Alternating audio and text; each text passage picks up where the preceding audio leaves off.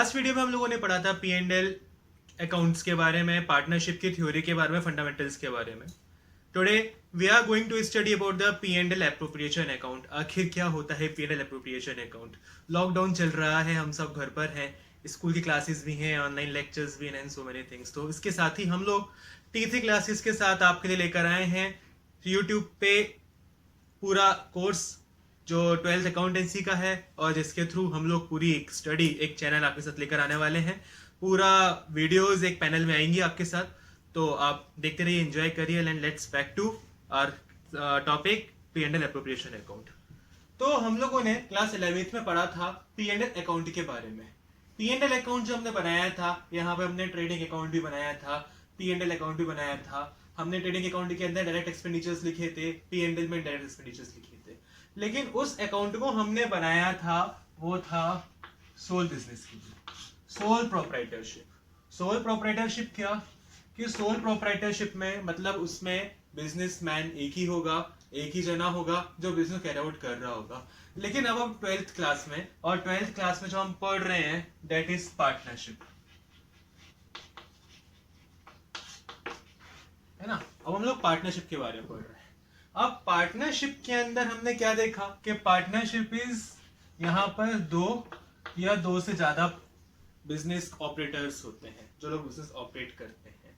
तो उसके लिए अब जो हमारे पास इनकम होगी, जो हमारे एक्सपेंडिचर्स होंगे, वो सब हमारे उन पार्टनर्स में डिस्ट्रीब्यूट होंगे। तो now we are studying about all these things in this P and L appropriation account, और वो पार्टनरशिप के बारे में पढ़ेंगे। तो जैसा कि हमने सोल प्रोप्राइटरशिप, जब हमने पी एंड एल अकाउंट बनाया था, तो वहां पर हमने प्रॉफिट्स लिखते थे। तो उन प्रॉफिट्स को ही आगे हमने फॉरवर्ड किया, and then that profits comes to as by P and L account, और ये सारे हमारे प्रॉफिट्स आ गए। ठीक है, हमने यहाँ प्रॉफिट्स लिखने के बाद हमने P and L appropriation account बनाया। तो क्वेश्चन आ रहा होगा कि sir P and L appropriation account होता क्या है। तो P and L appropriation is the account which is made by the appropriations out of profit, कि जो हमारे एप्रोप्रिएशंस हैं, जो हम प्रॉफिट्स में से जो हम डिस्ट्रीब्यूट कर रहे हैं, वो सब चीजें हम P and L appropriation account में लिख रहे हैं। ठीक है, जैसे कि अब हमारे पास हमारे फर्म जो है, हमारी पार्टनरशिप फर्म है, उसके इनकम होगी, तो उस इनकम को भी हम पार्टनर्स में डिस्ट्रीब्यूट करेंगे। उसमें हमारे एक्सपेंडिचर्स भी होंगे, उसको भी हम डिस्ट्रीब्यूट करेंगे। तो ऑल दीज थिंग्स डिस्ट्रीब्यूशन जो है वो हम यहाँ पर स्टडी करेंगे। तो उसके पहले मैं बताऊं कि जो P and L appropriation account है, it is the nominal account.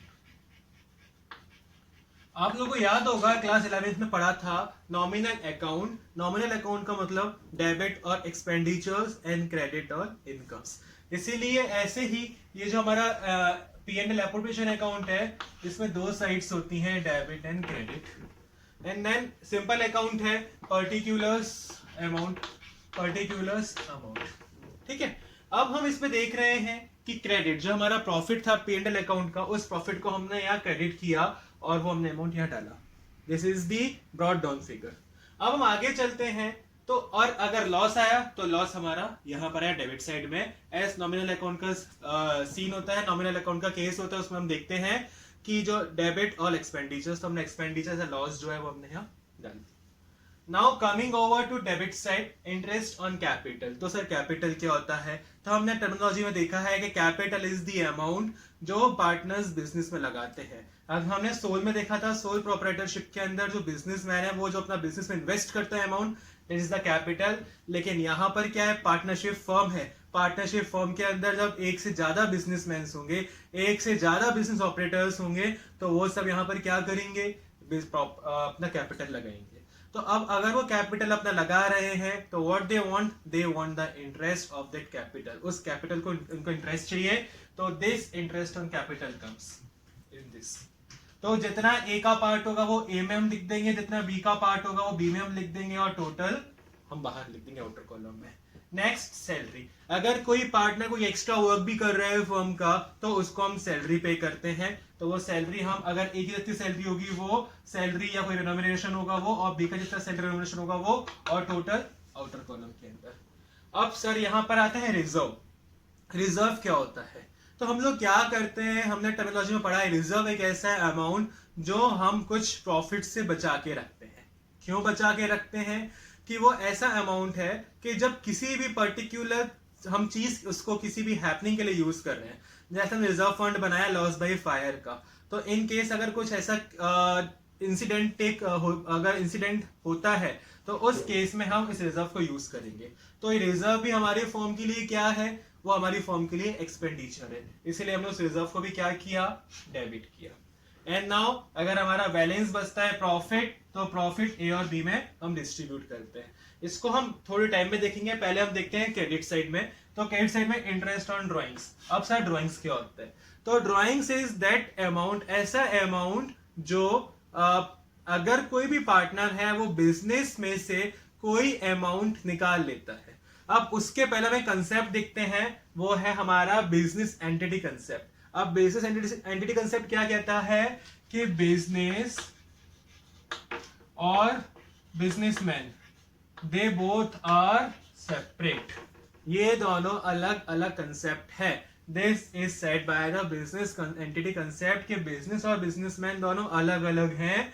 तो हम उसी को यहाँ देखते हैं कि अगर कोई भी बिजनेसमैन और कोई भी पार्टनर जो है, वो पार्टनर अगर कुछ अमाउंट बिजनेस से निकाल रहा है तो उसके ऊपर आप बिजनेस को क्या पे करेगा? वो कुछ इंटरेस्ट पे करेगा। तो वो interest on drawings is the income for the firm. और वो फर्म क्या है? हमारा फर्म जो हमारा P&L एप्रोप्रिएशन अकाउंट है, नॉमिनल अकाउंट है, और इनकम को हम क्रेडिट करते हैं, इसलिए इंटरेस्ट ऑन ड्राइंग्स। ए से जितना अमाउंट आया वो, बी से जितना अमाउंट आया वो, और टोटल आउटर कॉलम में लिख दिया। अब ये एक हमारा यूनिवर्सल रूल है कि अगर बैलेंस हमारा इस साइड आ रहा है तो प्रॉफिट, उस साइड आ रहा है तो लॉस। ये आप बिल्कुल इसको अच्छे से याद रखिएगा कि ये हमारा यूनिवर्सल रूल है कि प्रॉफिट आ रहा है, लॉस आ रहा है। अब क्वेश्चन आता है, सर ये प्रॉफिट एंड लॉस को आपने डिस्ट्रीब्यूट कैसे किया? तो हमने लास्ट वीडियो में पढ़ा था कि हम यहां पर एक चीज बनती है और जिसको हमने बोला डीड। अब पार्टनरशिप डीड में अगर लिखा हुआ है कुछ, पार्टनरशिप डीड में अगर लिखा है कि प्रॉफिट्स इतने शेयर में बंटने हैं, तो कोई प्रॉब्लम नहीं है, हम उस शेयर के अंदर बांट देंगे ए और बी को।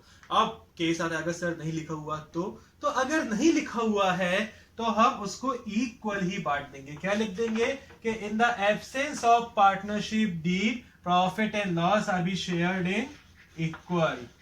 इक्वली प्रॉफिट एंड लॉस हमारे पार्टनर्स में शेयर होते हैं। सो ये आई थिंक मुझे आपको क्लियर हुआ होगा कि अगर डीड नहीं है तो हम उसको यहां पर इक्वल डिस्ट्रीब्यूट कर देंगे, और अगर डीड है तो एज पर दी डीड। तो होप आपको वीडियो को आपने एंजॉय किया होगा, आपको ये सेशन समझ में आया होगा कि क्या है। अब हम नेक्स्ट वीडियो में लेकर आएंगे कैपिटल और करेंट अकाउंट के अंदर, जो बहुत ज्यादा हमें कंफ्यूजन क्रिएट करता है। लेकिन yes, we from T3 classes are like कि हम चाहेंगे कि that video makes the concepts more clear, आपके सारे कंसेप्ट्स क्रिस्टल क्लियर हो, और जो आपको जो चीज परेशान करती है, जैसे अगर हम बात करें कैपिटल अकाउंट और करंट अकाउंट, जो बच्चों को अधिकतर परेशान करता है, लेकिन यस अगर वो वीडियो देखेंगे तो आपको परेशान नहीं करेगा, आपके सारे कंसेप्ट्स क्लियर हो जाएंगे। इसी के साथ आज की वीडियो में हमने P&L एप्रोप्रिएशन अकाउंट के बारे में पढ़ा। From the next video we are going to study about the capital account. अगर आपने अभी तक चैनल हमारा सब्सक्राइब नहीं किया है तो यस सब्सक्राइब करिएगा, और अगर आपने अभी तक वीडियो लाइक नहीं किए तो प्लीज लाइक एंड कमेंट कर देना यार। ओके, तब के लिए थैंक यू।